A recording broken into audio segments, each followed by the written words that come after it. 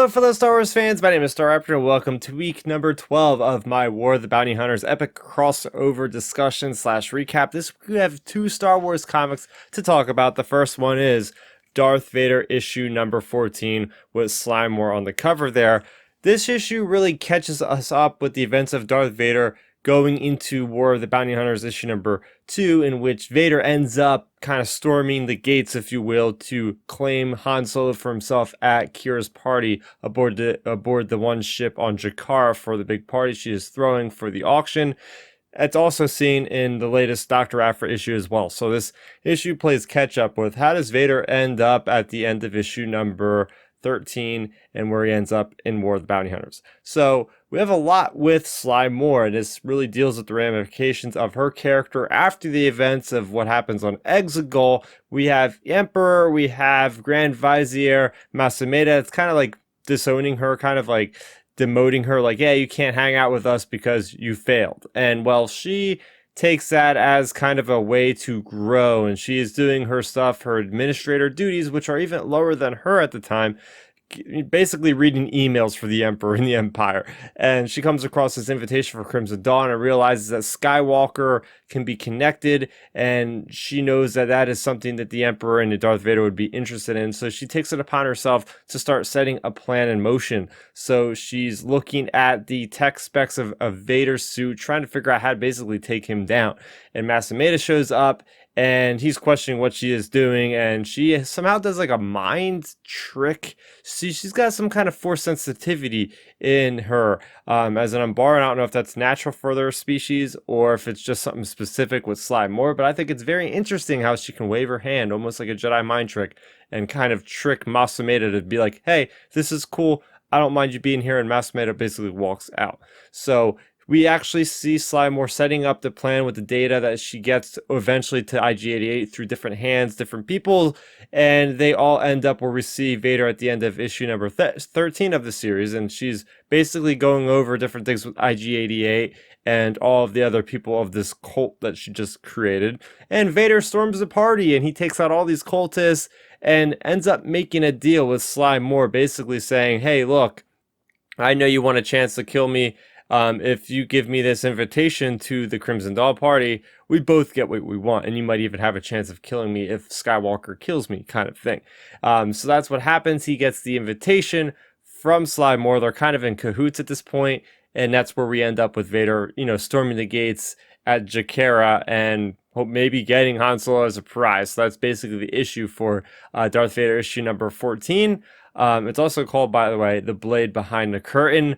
I do like seeing tactical droids. That's one of the droids that had data for Vader's kind of mechanisms in his suit. And it was really nice seeing Vader actually going against Sly Moore's programming with the remote, shutting down Vader's systems, but he uses the Force anyway to move his body, even without the mechanical electricity that's going to his body.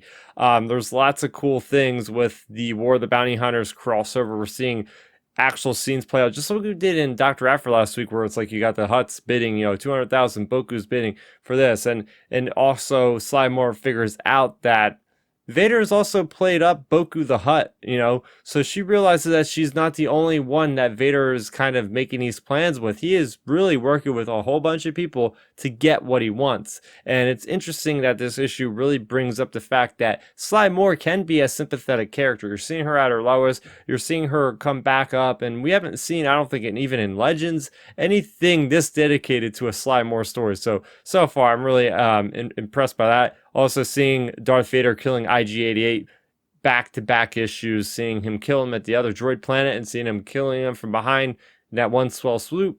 Very cool stuff there. So the other issue we got was a one-shot, one of the 4 one-shots we're going to get for the War of the Bounty Hunters event. This is Jabba the Hutt issue number 1, written by Justine Ireland, who writes a lot of the High Republic content, so pretty cool there. This is an oversized issue.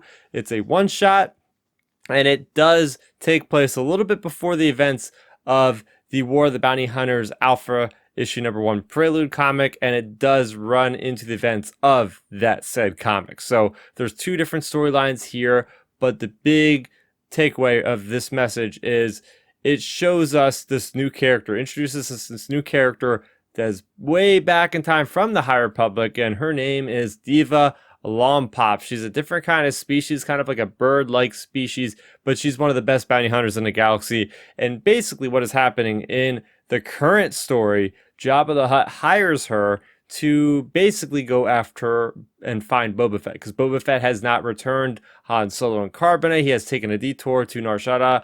Jabba the Hutt is getting impatient, wants his prize, so he sends her out to get him because apparently she has a very large debt. So the other the story in the past is dealing with, why does she have this debt? Why is it not a currency debt, but actually a blood debt? And we figure that out. So in the past, she had a mission with Boba Fett, and they are going after these Boku the Hutts had these people enslaved, and one of his men is going crazy, so they want to go and take him out. They get there, realize that he set a trap for them.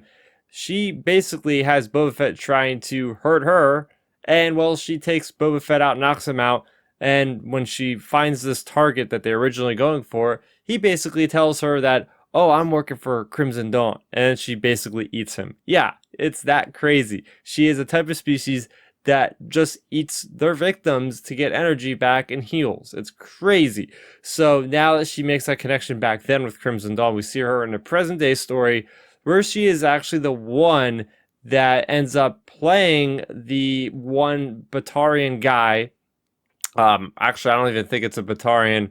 A Basilisk. I'm getting my Mass Effect and my Star Wars confused. The Basilisk doctor that Boba Fett gets to try to save Han Solo and Carbonite, she comes across him and gives him some kind of sleeping pill, I guess, in his drink, puts him out to sleep, and calls her informant in the Crimson Dawn that, hey, you can go get Han Solo and Carbonite. So she sets it up. She's a double agent. You know, Jabba thinks she's working for him, but this whole story has her playing Jabba and in turn being in cahoots with the Crimson Dawn and proving herself to be a very, she's like kind of like a damsel that can fight kind of thing. You know what I mean? She is a femme fatale. That's the phrase I was looking for. She shows up in this nice dress and kind of influences the doctor there that, hey, maybe you want to have a drink with me afterwards, and puts him to sleep and plays the guy. Like, it was so good.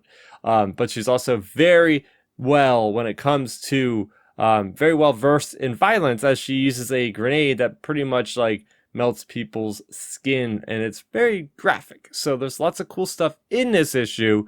The artwork looks fantastic. They have two different artist teams working on either present day or the past events there. Soykins are mentioned in this issue, which is a big callback to the High Republic, as we've seen that species first appear in there. But overall, I'm just really, I thought this was interesting because where it does, the issue is called Jabba the Hutt #1. It's really not a lot about Jabba. We see Jabba getting the invite to Crimson Dawn, and then in fact he's like, hey, you can call off your mission because I'm going to this event.